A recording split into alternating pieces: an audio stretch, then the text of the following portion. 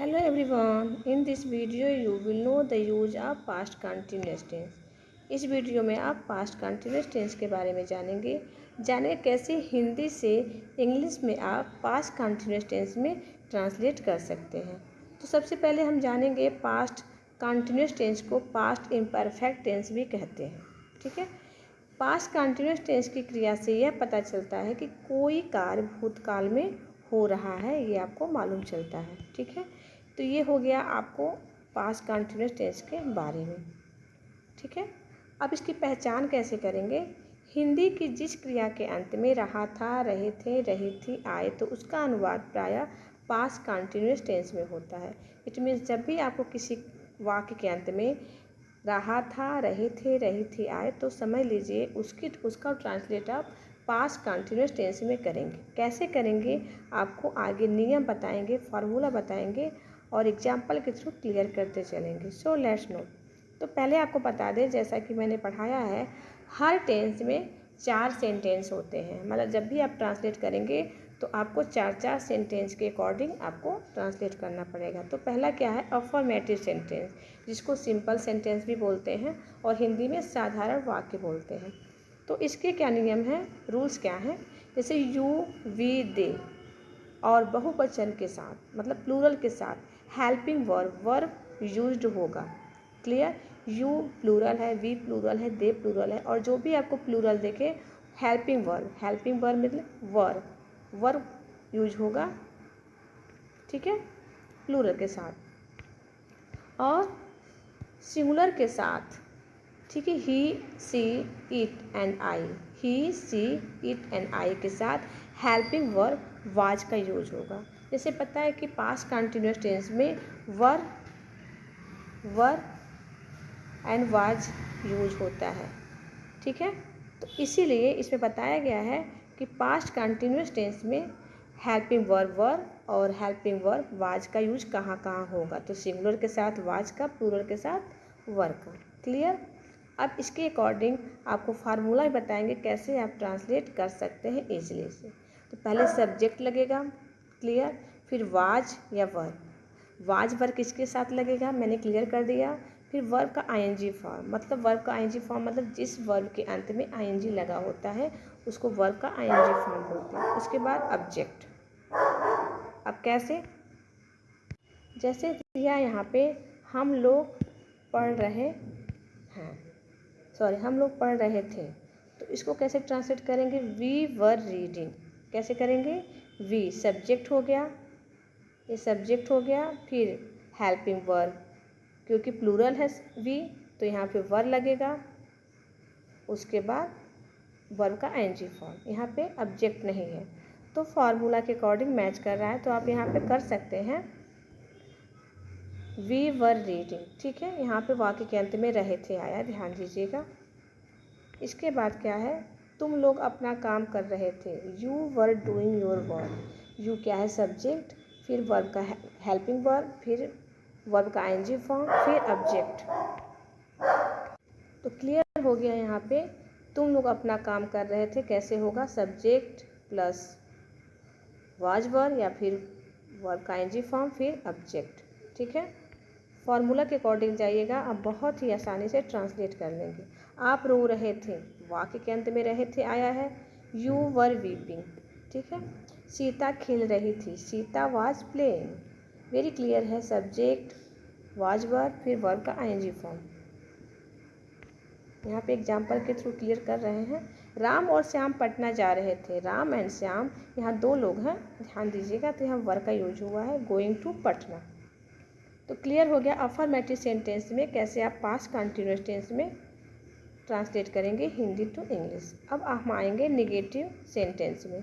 Negative sentence में होता है नकारात्मक वाक्य।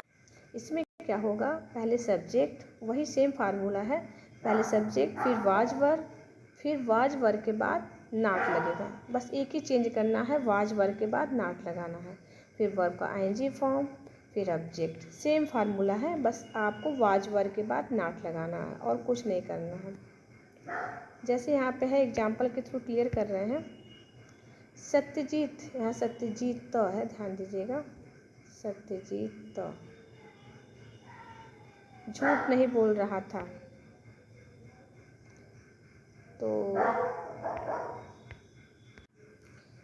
तो यहाँ पे Satyajit was not telling a lie. ठीक है, तो सत्यजीत हो गया, यहाँ पे सत्यजीत का हो गया झूठ नहीं बोलना, तो सत्यजीत, फिर वाज वर्ब, फिर वाज वर्ब के बाद नॉट का यूज होगा, फिर वर्ब का आईएनजी फॉर्म, फिर ऑब्जेक्ट। क्लियर, सेम पैटर्न पे लगेगा, थोड़ा सा चेंजेज होता है। वे लोग कुछ नहीं कर रहे थे, तो यहाँ पे देखिए कुछ नहीं का होता है nothing, they were doing nothing. तो यहाँ पे जब नथिंग लगेगा तो नॉट का यूज नहीं लगेगा। अगर आपको नॉट का यूज करना है तो आप और लगा है इस तरह से भी बना सकते हैं, दे वर नॉट डूइंग एनीथिंग, मतलब वे कुछ नहीं कर रहे थे, तो कुछ नहीं, कुछ का होता है एनीथिंग, नॉट मीन्स नहीं, तो कुछ नहीं हो गया। ठीक है, और they were doing nothing, nothing means होता है कुछ नहीं। ठीक है, और एनीथिंग मीन्स होता है कुछ, तो कुछ के साथ नॉट लगा है, और नथिंग मतलब कुछ नहीं के साथ नॉट नहीं लगेगा। ठीक, नेक्स्ट, मैं गाना नहीं गा रहा था, I was not singing a song. Clear हो गया, आई के साथ हमेशा वाज का यूज होता है।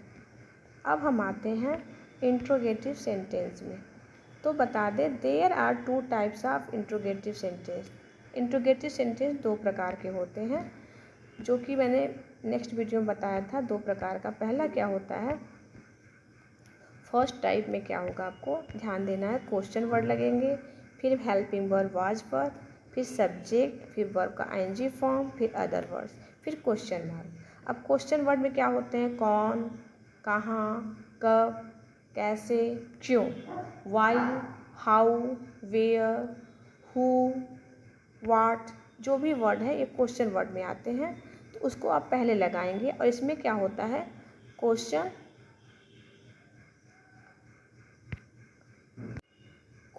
पहले बीच में दिया रहता है। ठीक है, जैसे कौन, कहाँ, जिस वाक्य के बीच में क्वेश्चन वर्ड दिया रहता है उसकी अंग्रेजी पहले लगती है। जैसे तुम्हें कल कौन पीट रहा था, who was beating you yesterday. तो पहले क्वेश्चन वर्ड, फिर वाज वर्ब, फिर वर्ब का आईएनजी फॉर्म, फिर ऑब्जेक्ट। क्लियर हो गया। नेक्स्ट एग्जाम्पल से जानते हैं, हरी कल अपने भाई के साथ कहाँ जा रही, कुत्ता मेरे वहाँ इतना भौंक रहा है। ठीक है, हरी कल अपने भाई के साथ कहाँ जा रहा था। तो यहाँ पे देखिए ध्यान दीजिएगा, क्वेश्चन वर्ड बीच में आया है, तो यहाँ पे आप वेयर का यूज पहले करेंगे, क्वेश्चन वर्ड। ठीक है, where was Hari going with his brother yesterday. तो क्वेश्चन वर्ड, फिर वर्ब, फिर हेल्पिंग वर्ब, फिर सब्जेक्ट, फिर वर्ब का आईएनजी फॉर्म, ओके, फिर ऑब्जेक्ट, जो भी ऑब्जेक्ट होगा उसके बाद लगाएंगे, मतलब अदर वर्ड्स भी बोल सकते हैं। यहाँ पे नेक्स्ट, तुम कल क्या खा रहे थे, तो what were you eating yesterday. तो क्लियर हो गया कैसे आप फर्स्ट टाइप का क्वेश्चन इंट्रोगेटिव सेंटेंस बना सकते हैं। अब हम आते हैं सेकेंड टाइप में, क्वेश्चन वर्ड कैसे आप बना सकते हैं, ये आपको जानना है फार्मूला। तो इसमें क्या होता है, क्या करके क्वेश्चन पूछते हैं, जैसे क्या तुमने खाना खाया, क्या तुम पढ़ रहे थे, क्या तुम अपने पापा के घर जा रहे थे। ठीक है, तो जो भी वाक्य आएगा हिंदी में वो क्या करके क्वेश्चन पूछेगा। तो जब क्या करके क्वेश्चन पूछता है तो उसकी अंग्रेजी हम नहीं लिखते हैं, हेल्पिंग वर्ब सब्जेक्ट के अनुसार वाज वर्ब लगाते हैं। जैसे पता है कि आपको कहाँ पे लगाना है वाज वर्ब, तो फिर वाज वर्ब, फिर सब्जेक्ट, फिर वर्ब का ING form, other words and question verb. तो ये दूसरे टाइप का बनता है इंट्रोगेटिव सेंटेंस। जैसे एग्जाम्पल के थ्रू मैं क्लियर कर रही हूँ, क्या मैं तुम्हें तंग कर रहा था, वाज आई वैक्सिंग यू। तंग करने का मीन्स होता है वेक्स, अब वेक्स के अंत में आईएनजी लग गया। ठीक है, तो यहाँ पे आई के साथ वाज लगता है, मैंने कहा सब्जेक्ट के अकॉर्डिंग वाज वर्ब का यूज होता है। तो यहाँ पे वाज वर्ब, फिर हेल्पिंग वर्ब, फिर सब्जेक्ट, फिर वर्ब का आईएनजी फॉर्म, फिर ऑब्जेक्ट। थोड़ा सा चेंज है, ध्यान देना होगा, इसमें क्वेश्चन वर्ड की इंग्लिश नहीं लगती है। क्या राष्ट्रपति विदेश जा रहे थे, was the president going to abroad. क्या मूसलाधार बारिश हो रही थी, वॉज इट ट्रेनिंग हैवली।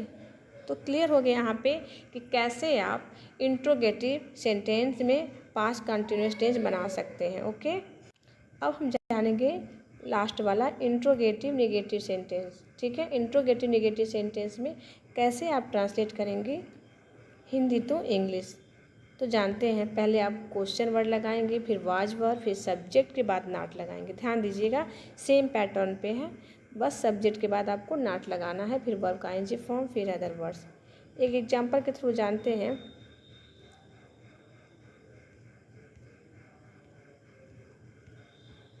जैसे वे कल क्रिकेट क्यों नहीं खेल रहे थे, वाई वर दे नॉट, दे लगेगा, दे के बाद नॉट लगाएंगे। Playing cricket yesterday, same pattern पे है, थोड़ा सा चेंज है।